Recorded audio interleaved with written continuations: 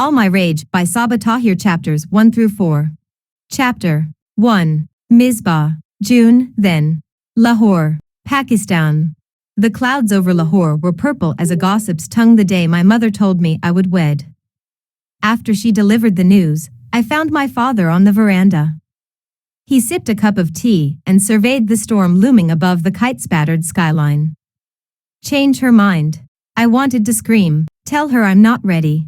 Instead, I stood at his side, a child again, waiting for him to take care of me. I did not have to speak. My father looked at me, and he knew. Come now, little butterfly. He turned his moth-brown eyes to mine and patted my shoulder. You are strong like me. You will make the best of it. And at last, you'll be free of your mother. He smiled, only half joking. The monsoon rain swept over Lahore a few minutes later, sending chickens and children squawking for cover, drenching the cement floor of our home. I bent my head to the ground in prayer regardless. Let my future husband be gentle, I thought, remembering the bruises on my cousin Amna, who married a light-haired English businessman against her parents' wishes. Let him be a good man. I was 18. Full of fear. I should have prayed instead for a man unbroken. Chapter 2. Sal. February, now. Juniper, California. It's 6:37 a.m. and my father doesn't want me to know how drunk he is. Sal? Are you listening? He calls me Sal instead of Salahuddin, so I don't hear the slur in his words. Hangs on to our Civic's steering wheel like it's going to steal his wallet and bolt. In the ink-black morning, all I see of Abu's eyes are his glasses. The tail lights of traffic going into school reflect off the thick square lenses. He's had them so long that they're hipster now. A Mojave Desert howler shakes the car, one of those 3-day winds that rampage through your skin and colonize your ventricles. I hunch deep in my fleece, breath clouding. I will be there, Abu says. Don't worry. Okay, Sal. My nickname on his lips is all wrong. It's like by saying it, he's trying to make me feel like he's a friend, instead of a mess masquerading as my father. If Alma were here, she would clear her throat and enunciate Salahuddin, the precise pronunciation, a gentle reminder that she named me for the famous Muslim general, and I better not forget it. You said you'd go to the last appointment, too, I tell Abu. Dr. Rothman called last night to remind me, Abu says. You don't have to come if you have the writing club or soccer. Soccer season's over. And I quit the newspaper last semester. I'll be at the appointment. Alma's not taking care of herself and someone needs to tell Dr. Rothman, preferably in a coherent sentence. I watch the words hit him, sharp little stones. Abu guides the car to the curb in front of Juniper High. A bleached blonde head buried in a parka materializes from the shadows of Sea Hall. Ashley. She saunters past the flagpole, through the crowds of students, and toward the Civic. The pale stretch of her legs is courageous for the 20-degree weather. Also distracting. Ashley is close enough to the car that I can see her purple nail polish. Abu hasn't spotted her. He and Alma never said I can't have a girlfriend. But in the same way that giraffes are born knowing how to run, I was born with the innate understanding that having a girlfriend while still living with my parents is forbidden. Abu digs his fingers into his eyes. His glasses have carved a shiny red dent on his nose. He slept in them last night on the recliner. Alma was too tired to notice, or she didn't want to notice. Pewter. Son. Ashley knocks on the window. Her parka is unzipped enough to show the insubstantial welcome to tattooing shirt beneath. She must be freezing. 2 years ago Abu's eyebrows would have been in his hair. He'd have said, "Who is this, Pewter?" His silence feels more brutal, like glass shattering. In my head. How will you get to the hospital? Abu asks. Should I pick you up? Just get Alma there, I say. I'll find a ride. Okay, but text me if my cell's not working. Because you actually have to pay the phone company, Abu. The one thing he's in charge of and still can't do. It's usually Alma hunched over stacks of bills, asking the electric company, the hospital, the cable company if we can pay in installments. Muttering, Aludi, Pat Hay, sons of owls. When they say no, I lean toward him, take a shallow sniff, and almost gag. It's like he took a bath in Old Crow and then threw on some more as aftershave. I'll see you at 3, I say. Take a shower before she wakes up. She'll smell it on you. Neither of us says that it doesn't matter. That even if Alma smells the liquor, she would never say anything about it. Before Abu responds, I'm out, grabbing my tattered journal from where it fell out of my back pocket, slamming the car door, eyes watering from the cold. Ashley tucks herself under my arm. Breathe. 5 seconds in. 7 seconds out. If she feels my body tense up, she doesn't let on. Warm me up.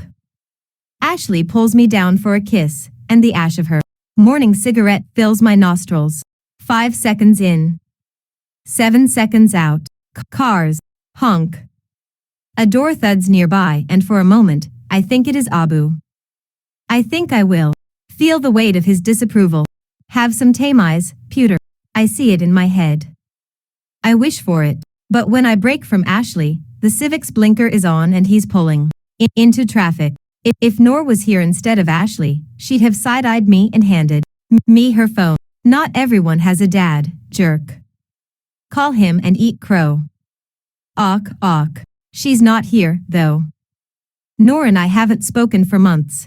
Ashley steers me toward campus and launches into a story about her 2-year-old daughter, Kaya. Her words swim into each other, and there's a glassiness to her eyes that reminds me of Abu at the end of a long day. I pull away. I met Ashley junior year, after Alma got sick and I dropped most of my honors classes for regular curriculum. Last fall, after the fight between Noor and me, I spent a lot of time alone. I could have hung out with the guys on my soccer team, but I hated how many of them threw around words like raghead and bitch and op. Ashley had just broken up with her girlfriend and started coming to my games, waiting for me in her old black Mustang with its primered hood. We'd shoot the shit. One day, to my surprise, she asked me out. I knew it would be a disaster. But at least it would be a disaster I chose. She calls me her boyfriend, even though we've only been together 2 months.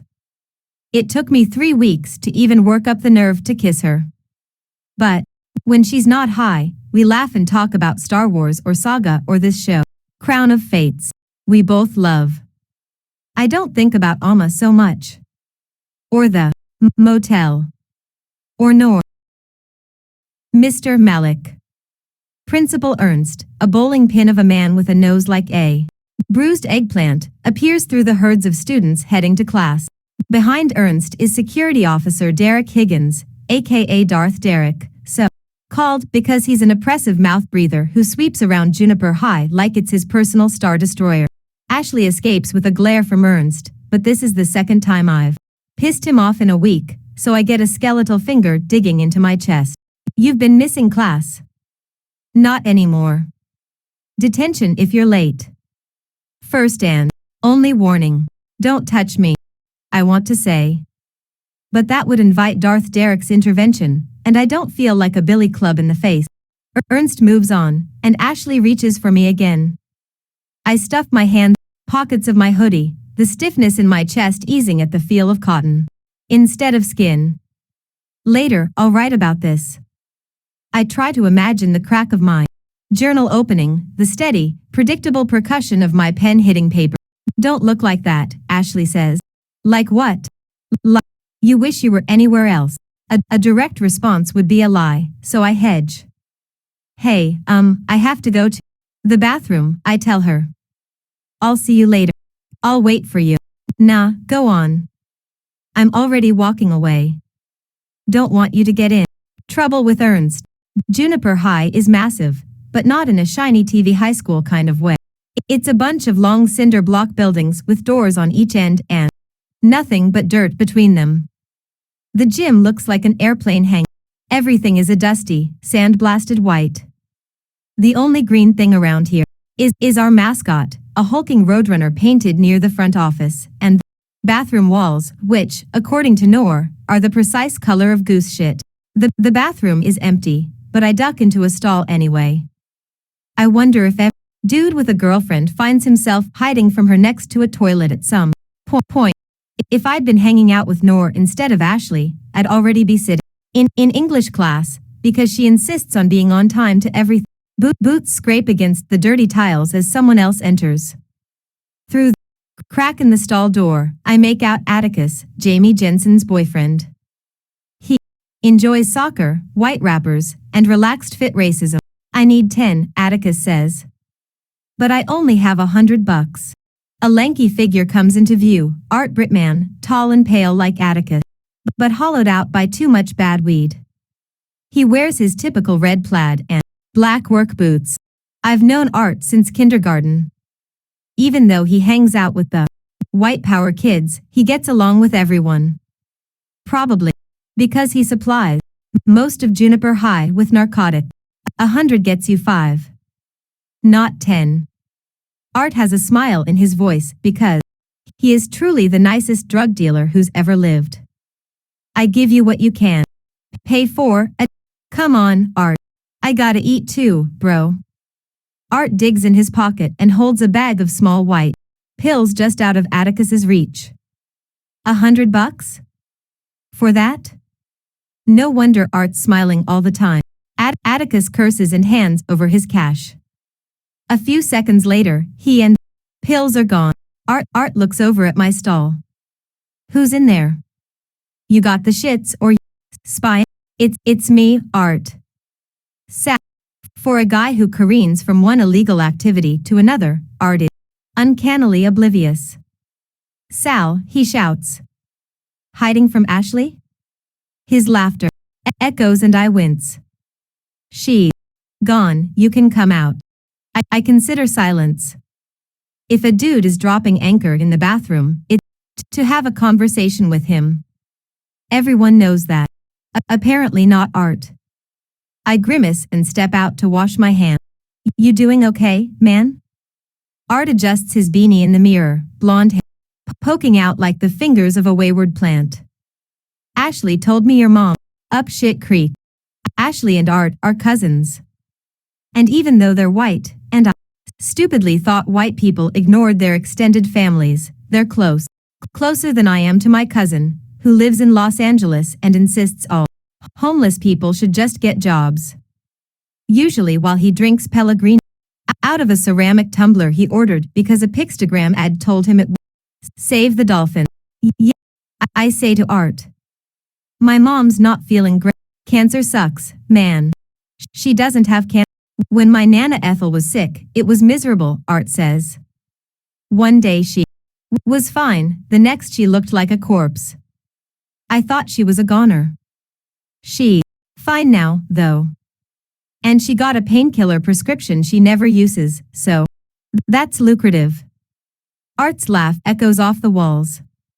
You good? 'Cause I could give you an old friend's discount. I'm good. Not even tempted. One shit-faced person in the house. Enough. I hurry away just as the bell rings. The dirt quad empties out quicker than water down a drain. As I turn the corner to the English wing, Noor appears. From the other side, the sun hits the windows, painting her braided hair a dozen colors. I think of the pictures she has all over her room at her shithead uncle's house, taken by a massive space telescope she told me about once. That's what her hair is. Like black and red and gold, the heart of space lit from within. Her head is down and she doesn't see me, instead intent on racing. We reach Mrs. Michaels's door at the same time. Noor's face looks different, and I realize after a second that she wearing makeup. She pulls out her headphones, hidden in her hoodie, and a tinny song spills from. I recognize it because Alma loves it. The Wanderer. Johnny Cash and you Hey, I say. She gives me a nod, the way you do when you've stopped seeing someone. Because you've got your own shit to worry about. Then she ducks in. Classroom, a blur of beaded bracelets, dark jeans, and the cheap, astringent Soap her uncle sells at his liquor shop. For a second, the fight hangs between us, specter versions of ourselves 6 months ago facing each other at a campground in Vale Meadows. Confessing that she was in love with me. Kissing me, shoving her away, telling her I didn't feel the same. Spewing every hurtful thing I could think of, because her kiss was a blade tearing open something inside. Nor staring at me like I'd transformed into an angry crab. She had a pine cone in her hands. I kept waiting for her to peg me with it. The door slams behind her and I grab the handle to follow her. Then I stop. The bell rings. The hall clock behind me plods on, each tick a dumbbell, slamming to the floor. A minute passes. I read and reread a sign on the door for a writing contest that Mrs. Michaels has been bugging me to enter. But even though I've walked into AP English every day for 5 months, today I can't make myself do it. I can't sit across the room from knowing she'll never tease me about my llama socks again, or kick my ass in night ops 4, or come over on Saturday mornings and eat paratha with me and Amma. I try to remember Amma's smile when she was well and would pick me up after class. The way she lit up and asked me about my life, like I had climbed Everest instead of merely survived another day at school. Mera Pewter, Undarja.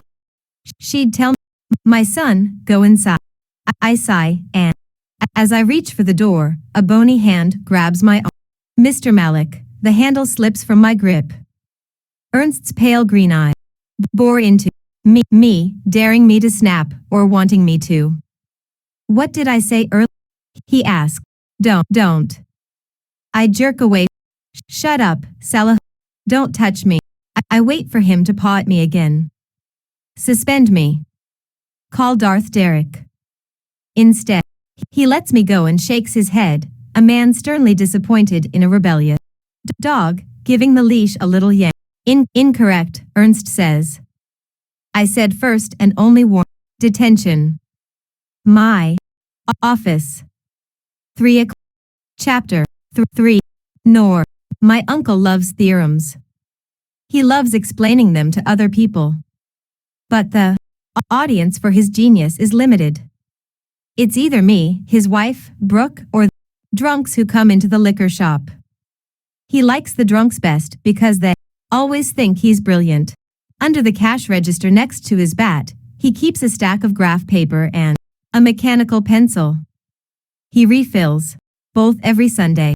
The door jangles and Mr. Collins walks in. He's an engineer on the military base just outside town, and he likes a little Jack in his coffee. Cold air follows him in. The sky outside is dark. I can't even see the mountains that ring juniper. There's still time to do the dawn prayer, but I don't. Chachu wouldn't like it. God. He likes to rant. Is a construct for the weak-minded. My head aches as I restock the candy aisle. According to the Pakistani passport and the US green card I keep in my backpack at all times, it's my 18th birthday. My phone dings. I look up at Chachu, but his skinny form is turned away. His brown hair falls in his face as he scribbles on the graph paper spread across the counter between lighters and lotto tickets. I peek at my screen. The message is from Misbah Auntie. She's not actually my aunt, but she is Pakistani, and calling her Misbah would, as Salahuddin likes to say, piss off the ancestors. Misbah Auntie. Happy 18th birthday, my dear. Noor, you bring such light into my life. I hope you will come to see me. I made your favorite. Above that message is a string of others. From January, December, November, September. Misbah Auntie. Are you angry at me too? Misbah Auntie. I miss you, my die. I'll make paratha on Saturday for you. Please visit. Misbah Auntie. Noor, it is raining. I am thinking of how you love the rain. I miss you. Misbah Auntie. Noor, talk to me. Misbah Auntie. Noor, please. I know you are mad at Salahuddin. But can't you talk to I've read that last message a dozen times. It still makes me mad. Salahuddin is Misbah Auntie's son. He's also my former best friend.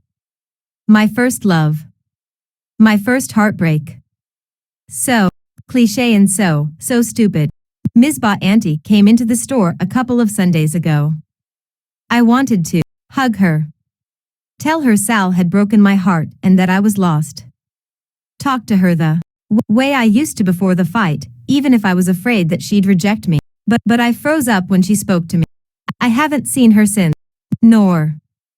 Chachu's voice makes me jump. I shove my phone back in my pocket, but he's not looking at me. Finish stalking. Sorry, Chachu. My uncle frowns. He hates that I call him Chachu. It's the Urdu title for father's brother.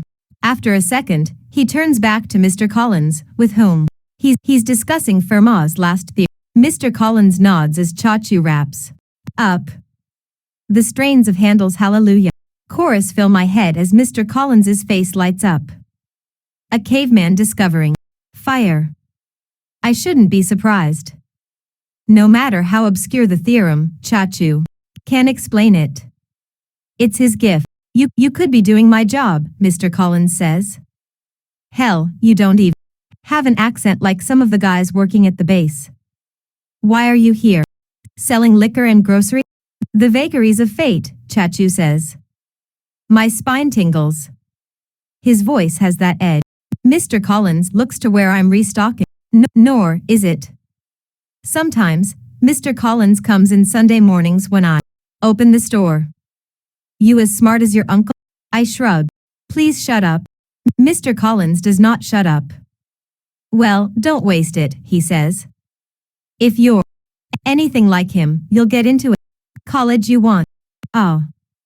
Chachu bags Mr. Collins's bottle and catches my eye. Has Nor been talking about college? I'm glad I didn't eat breakfast. I feel sick and breathless. No, Mr. Collins says. I breathe again. But she should be. You're a senior, right? At my shrug, Mr. Collins shakes his head. My son was like you. No, he's a human billboard for an apartment building. In Palmview, Mr. Collins looks at me like I'll be joining his son any second. I want to throw a Snickers bar at him. Hit him right between the eyes. But that would be a waste of good candy. When he's gone, Chachu crumples up the graph paper. Turn on the radio. Our love for 90s music is the only thing we have in common, other than blood. We don't even look alike. My hair and skin are darker, my features smaller. Turn it on. Distract yourself. Instead, he nods to the other end of the shop. There's something for you out back, he says. I'm so surprised I stare at him until he waves me away. A birthday present? Chachu hasn't remembered my birthday in 5 years. The last gift he gave me was the dented laptop he left in my room a year and a half ago. Without explanation, I pick my way through the storage room. Outside, the wind rips the back door's handle from me, and I struggle to close it. The desert beyond the alley is a flat blue shadow, and it takes me a second to see my gift leaning against the store's stucco wall. A battered silver bite. As I run my hands along the steel frame, I hear the snick of Chachu's lighter and jump. After you graduate, he says between drags on his cigarette, you'll be able to take over the day shift here while I'm in class. It'll make all our lives easier. People love talking about the greatness of the human heart. No bigger than a fist, pumps 2,000 gallons of blood a day, etc. But the human heart is also stupid. At least mine is. No matter how many times I tell it not to hope that Chachu cares about me, it hopes anyway. Back inside, Chachu flips on the classic rock station and turns it up when Nirvana's heart-shaped box comes on. My head is splitting, and as I grab my backpack, I think about asking for a mini bottle of aspirin. Don't push your luck. The thought makes me angry. Why can't I ask own uncle for some aspirin? Why? Stop. I can't be angry at Chachu. He is the only reason I'm standing here. I was 6 when an earthquake hit my village in Pakistan. Chachu drove 2 days from Karachi because the flights to northern Punjab were. When he reached the village, he crawled over the rubble to my grandparents' house where my parents lived, too. He tore at the rocks with his bare. The emergency workers told him it was useless. His palms bled. His nails were ripped out. Everyone was dead. Chachu kept digging. He heard me crying, trapped in a closet. He pulled out, got me to a hospital and didn't leave my side. Chachu brought me to America, where he'd been in college. Left an engineering internship at the military base and put a down payment on a failing liquor store with the little cash he'd saved. And that's where he stayed for the past 11 years, just so we could afford to live. He gave up everything for me. Now it's my turn. Chachu clears his throat, his attention drifting to my braids, one over shoulder, then to the green kerchief tied behind my back. You look like a FOB with those braids. I don't respond. I had the braids in my passport picture, too. I like. They remind me of who I was. Of the people who love. Your shift starts at 3:15, Chachu says. I have to be somewhere. Don't be late. To Chachu, tardiness is illogical, and if there's one thing Chachu hates, it's the illogical. Some days, I think of throwing Kurt Gödel's incompleteness. His face. It's the idea that any logic system in existence is inconsistent. Basically, Gödel is saying that most theorems are bull, which I hope is true. Because Chachu has a theorem about me. Chachu's theorem of the future, I call it. It's pretty. Nor plus college equals never going to happen. My face is frozen by the time I lock my bike to the school rack and head English. But I don't mind. The ride to school let me think. About Auntie Misbah and the hospital where I volunteer. About Salahuddin. Right now, I'm thinking about number 7 applications, 1 rejection, 6 schools. University of Virginia was my early action school. I applied because they have a good bio program and because I thought I'd get in. The rejection arrived yesterday. My face gets hot with anger. I force it away. I'd have needed a scholarship to attend anyway. And it's one school. 1 out of 7 is no big deal. Nor. Mrs. Michaels clears her throat at the front of the class. I don't remember opening the door. I want to disappear, but I'm frozen at the threshold. Jamie Jensen turns to stare, ponytail swinging. Her blue eyes. Me, so everyone else's do, too. She.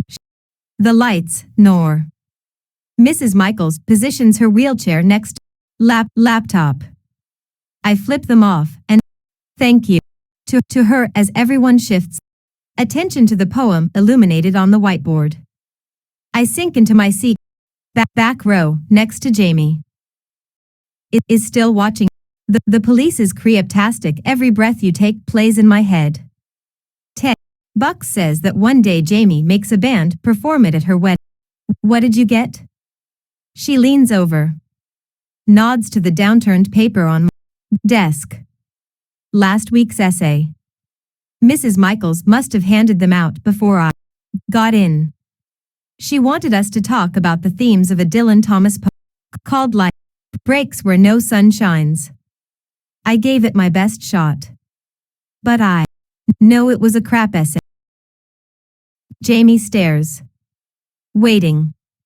When she realizes I'm not going to answer her, she settles back.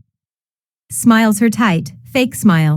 Work on your final papers, which will account for half your grade this semester, Mrs. Michaels is saying. You'll need to pick a work by American poet. I glance at a seat across the classroom. It's next to the red fire alarm. And it's empty. But it shouldn't be. Salahuddin was behind me. I thought he followed me in. Mr. Malik, a voice says in the hall. Principal Ernst, nailing Salahuddin for being tardy again. Ernst says Malik like MLK because vowels are beyond him. I pull out my notebook. Salahuddin is not my problem. I have bigger ones. Like the rejection from UVA. Like making sure I pass this class even though I suck at English without Salahuddin to give me notes on my essays. Like Chachu's theorem of the future and what it means to defy it. Jamie corners me in PE. She waits for Grace and Sophie, her eerily identical posse, to leave the little dirt patch outside the locker room/M before approaching. Hey, Noor. My name rhymes with lure. Not too difficult. I don't even expect people to roll the R at the end, like Auntie Misbah does. But Jamie's always pronounced it Noor like boar. I've known her since I moved to Juniper in first grade, and in all that time, she's refused to say my name right, even though I've asked. For the first 5 or 6 years of my life here, Jamie mostly ignored my existence. Then in 7th grade I got Student of the Month. I won a speech contest. I took advanced classes. She didn't befriend me. Never that. But she did start keeping an eye on me. You look tired. Her eyes linger on my face. The calc problem set last night was brutal, huh?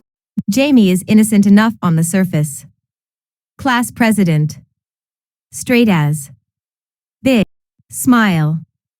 A pleasantness that got her on homecoming court even if it didn't get her the crown. And yet, have you heard from any colleges? She doesn't want to ask, but her competitive streak gnaws at her. I know it's only February, but you did early action, right? My sister said I should have heard from Princeton by now. I don't remember telling Jamie I did early action. I haven't told anyone at school about applying to college.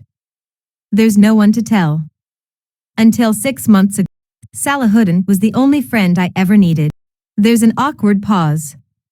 After Jamie realizes I'm not going to say anything, she steps back. Her face goes hard.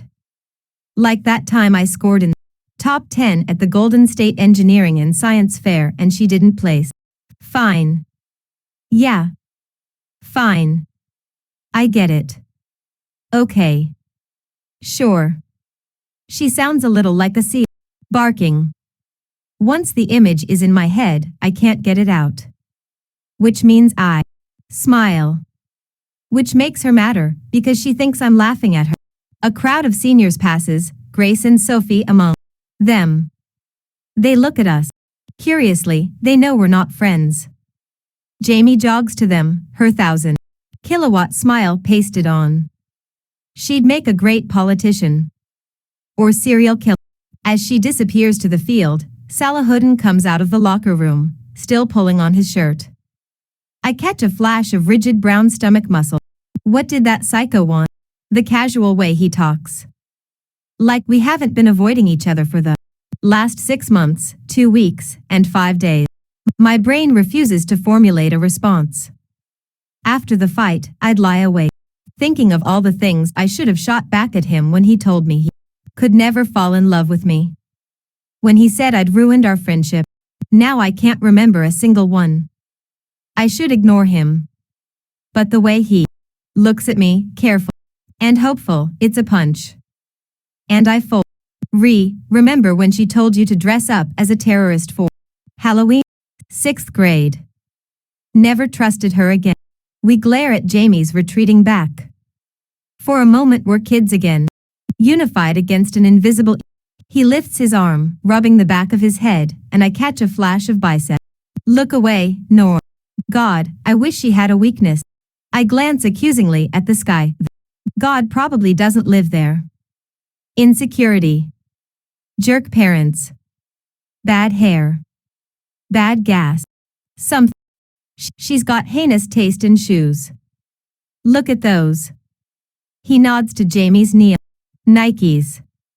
Like her feet got eaten by traffic cones. Salahuddin usually has dad humor, but that wasn't bad. I almost say so. He glances at my face. I want to hide. Or run away. He steps closer. Noor. He sees too much. I wish he didn't see so much. You should go. Ashley watches us from the field. Your girlfriend. Wait. That word still makes me want to kick him in the teeth. Girlfriend. I glare at him, but I'd have to crane my neck. Last time I was this close to him, he was 2 inches shorter. With worse skin. If the universe were just, he'd have shrunk. Grown questionable facial hair. A wart would be good. Maybe a personality transplant, too. A potbelly. Instead of a 6-pack. But the universe is not just. Right, Salahuddin says. Yeah, I wanted to ask you a favor. I cross my arms. A short conversation is one thing. But we both know he shouldn't be asking for favors. Could you text my mom, he says. Tell her to push her doctor appointment? Ernst gave me detention for being late and he lifts up his phone. It's not working. I have a charger. No, he fidgets, which is weird because Salahuddin isn't a fidget. There's a problem with our account. Some billing thing. Amma's on a separate plan though, so her phone's fine. Never mind. Forget I asked. He turns away. The bunched cords of his neck tell me he's upset.